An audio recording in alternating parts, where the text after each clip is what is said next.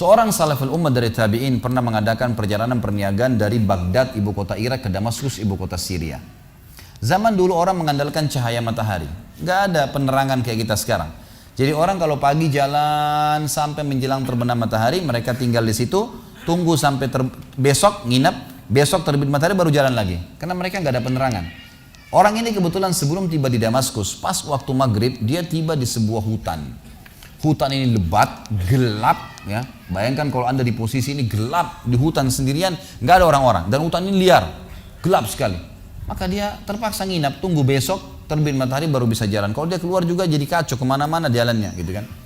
Maka dia pun wudhu, dia sholat maghrib isya jamak qasar layaknya seorang musafir, lalu dia coba istirahat, tertidur. Di awal malam, kalau kita sekarang sekitar jam 11 malam, dia bangun ingin sholat tahajud. Dia cerita tentang dirinya, ulama angkat kisah ini dalam buku-buku akidah tentang masalah hubungan seorang hamba dengan Allah Azza wa Jalla.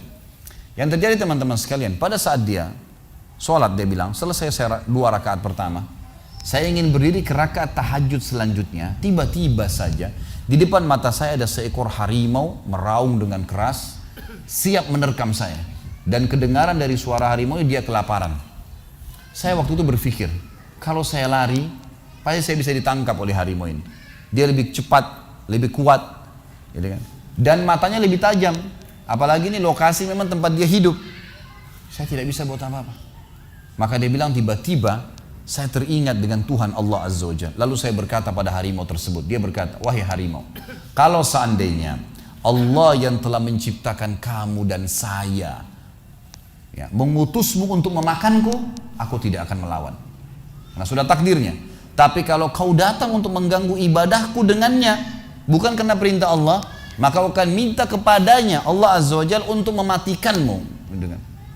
Tiba-tiba dikatakan dalam kisah ini, orang saleh ini bercerita, harimau tersebut menundukkan pandangan matanya meninggalkan saya, tidak jadi memangsanya.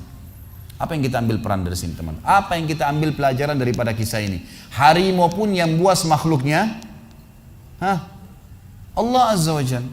Ini masih hidup gak ini? Kok nggak ada nyaut, nggak ada apa ini? Saya nggak tahu ini ngantuk, tidur atau hadir nggak? Ini rupanya di Bali orang suka senyap ya. Jadi ternyata Allah Subhanahu Wa Taala menciptakan semuanya teman-teman sekalian. Ular kah, harimau kah, apa saja. Salah satu kebahagiaan seorang mukmin yang kenal Tuhannya adalah tidak akan pernah takut kepada raja zalim, kepada pasukan yang 10.000, 1 juta. Apa saja tidak akan pernah ditakutin karena tidak akan mati kecuali ajalnya datang, gitu kan? Subhanallah, kisah Al-Ala Al-Hadrami, seorang sahabat Nabi yang mulia. Beliau pernah diutus oleh Nabi SAW untuk berperang. Begitu tiba di sebuah mulut hutan, hutan itu agak lebat, gitu kan? Begitu tiba di mulut hutan, beliau ingin menyeberang. Tapi beliau utus dulu ya, beberapa pimpinan pasuruan, coba cek hutan ini bisa dilewatin nggak? Mereka kecek, setelah ngecek Gebali mengatakan, wahai Amir, pemimpin nggak bisa lewati. Ini hutan terlalu lebat, juga kita tidak tahu di mana jalan keluarnya, penuh dengan hewan-hewan buas. Kalau anda paksakan lewat, pasukan anda akan habis. Apa kata beliau? Baiklah, setelah saya bertakbir 3 kali, ikutin saya.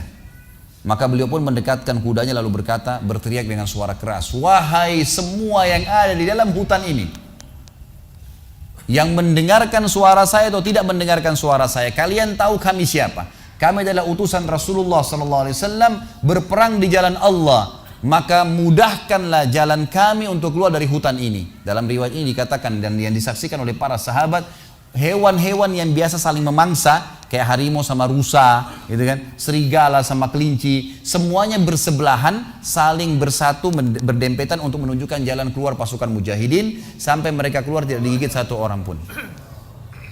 Kekuatan keyakinan kepada Allah Azza wa Jalla ini luar biasa.